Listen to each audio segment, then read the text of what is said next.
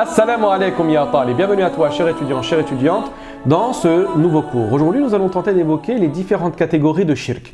Alors différentes catégories de shirk que nous avons vues en partie dès lors que nous avons parlé de l'importance du tawhid. On avait expliqué que le tawhid est l'opposé du shirk. Si le shirk veut dire adorer un autre que Dieu, le tawhid renvoie au fait d'unifier Dieu et principalement dans trois éléments.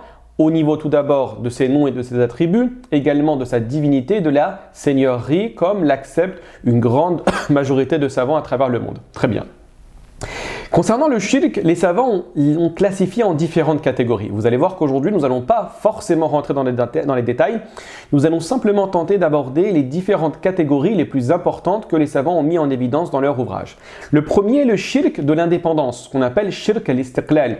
C'est le fait de croire en l'existence de plusieurs divinités et chacune d'entre elles est indépendante des autres.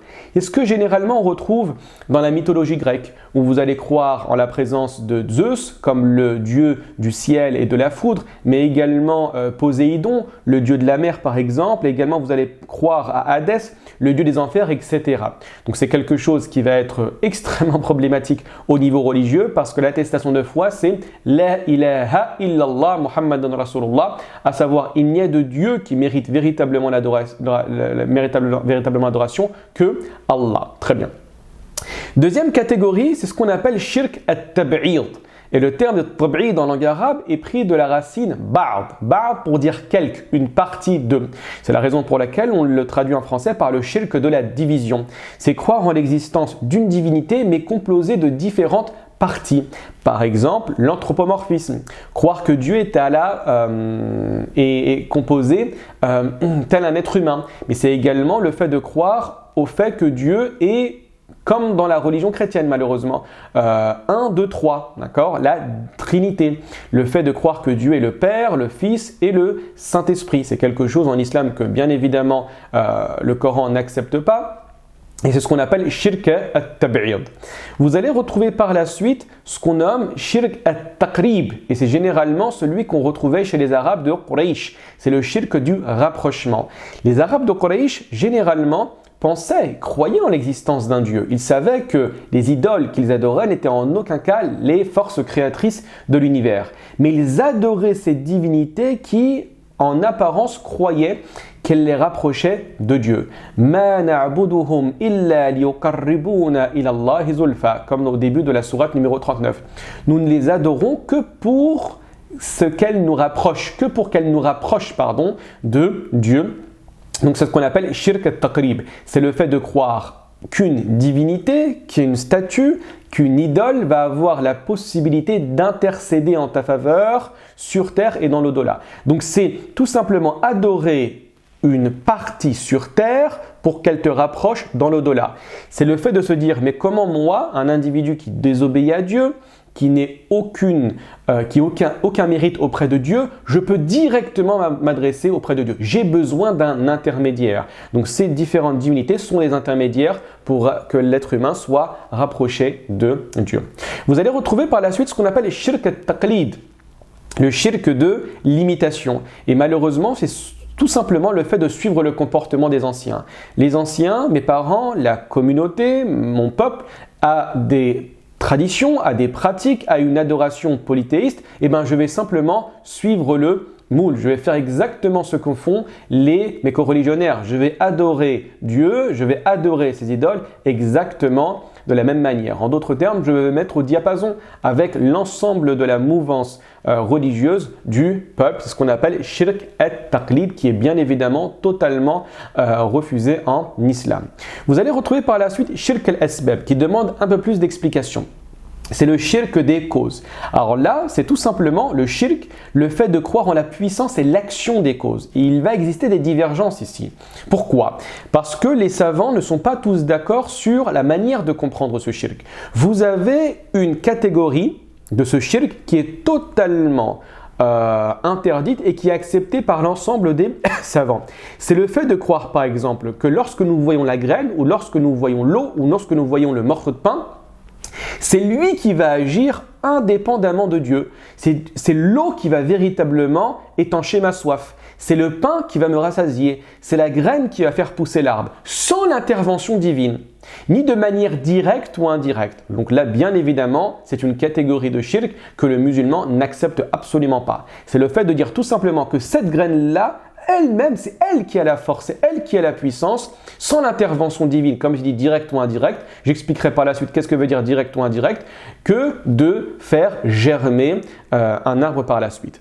Ensuite, vous allez retrouver deux positions dans la théologie musulmane. Ces deux positions, on va les retrouver principalement chez d'un côté le Mu'tazila et de l'autre côté, c'est chez Ahl Sunnah wal Jama'a.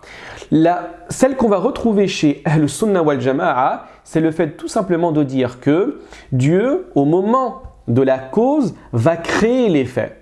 C'est-à-dire au moment où la personne va boire de l'eau, Dieu à ce moment-là, au moment de la jonction de la cause et de la personne qui va réaliser cette cause, Dieu va créer l'effet, il va créer le résultat. Lorsque la personne va boire, c'est Dieu qui va créer ce sentiment d'absence de soif. Lorsque la personne va manger, c'est Dieu qui va créer à ce moment-là l'idée de satiété, d'accord. Lorsque la personne va mettre sa main dans le feu, c'est à ce moment-là que Dieu va créer la chaleur. Donc généralement, c'est la position que les musulmans acceptent sur cette question-là et c'est un débat extrêmement long. Vous allez voir, même si vous vous êtes intéressé à cette question, un long débat entre d'un côté le Ghazali qui va défendre cet avis-là et d'un autre côté l'imam Ibn Rushd, à savoir Averroès, qui va avoir un autre avis, l'avis que je vais présenter maintenant. Le deuxième avis, c'est le fait de considérer que non. Initialement, c'est Dieu qui a absolument tout créé. Et Dieu a mis à l'intérieur de tout ce qu'il a créé ce qu'on appelle al-quwwatul muda'a. Al-quwwatul muda'a, c'est une force qui a été mise directement par Dieu. Et donc, cette cause, cette graine, cette eau, ce morceau de pain, va agir. Et va agir de manière nécessaire. Elle va véritablement avoir une action directe. Mais le véritable créateur de la cause n'est autre que Dieu. Voilà la différence approximativement entre les deux visions. Je vous donne un exemple avec le feu et avec le moment où Ibrahim va être jeté au feu. Pour Ahl Sunnah wal Jama'a, lorsque Ibrahim va être jeté au feu, Ibrahim va rentrer dans le feu et au moment où il rentrera dans le feu ne le brûlera pas. Pourquoi ? Parce qu'Allah n'a pas créé la sensation de brûlure. Il n'a pas créé la chaleur tout simplement. Pour la position secondaire, celle qu'on va retrouver principalement chez le Mu'tazila et avec Ibn Rushd, c'est le fait de dire que non, lorsque Ibrahim va être jeté au feu, le feu brûlait, mais Dieu a créé une protection entre le feu et la personne d'Ibrahim. Voilà approximativement les deux visions qui tentent d'expliquer la question de la causalité et donc le shirk al-asbab. Donc ce qui va être totalement réfuté, c'est le fait de dire que c'est l'élément, la création qui va agir indépendamment du créateur. Et ensuite, vous avez deux visions qu'on va retrouver dans la théologie musulmane. Très bien, poursuivons. Vous allez retrouver par la suite ce qu'on appelle shirk al-aghrad. Et shirk al-aghrad, on le traduit généralement par le shirk des objectifs. C'est un shirk qui ne va pas excommunier la personne, c'est-à-dire l'exclure de la religion, casser son attestation de foi, contrairement à shirk al-taqlid, shirk al-tab'id, shirk al-istiqlal. Bien évidemment, une personne qui se dit musulmane et qui dit « moi j'adore trois dieux », une personne qui se dit musulmane et qui dit « moi je crois en la divinité de Zeus » par exemple, ou une personne qui se dit musulmane et qui dit « non, moi je continue à avoir une tradition polythéiste héritée des anciens, de mes ancêtres », ah, cette personne ne peut être musulmane. Au niveau religieux, son islamité est totalement inacceptable. Pourquoi ? Parce qu'elle va venir et elle va casser l'attestation de foi, à savoir « La ilaha illallah ». Elle dit « La ilaha illallah », ce qui va lui permettre d'entrer en islam, mais dans la pratique, elle refuse de l'appliquer. Donc elle a brisé son attestation de foi.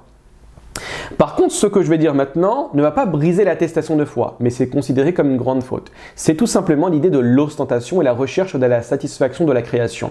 C'est le fait d'agir en apparence pour Dieu, mais le cœur souhaite la satisfaction et l'agrément des personnes qui nous entourent. C'est donner de l'argent fi sabilillah pour plaire à Dieu, mais par contre, la volonté, c'est que les gens le montrent du bout du doigt en disant que c'est un individu qui est généreux, tout simplement. Donc c'est ce qu'on appelle shirk al-aghrad ou bien tout simplement plus communément admis comme le terme de riya, l'ostentation.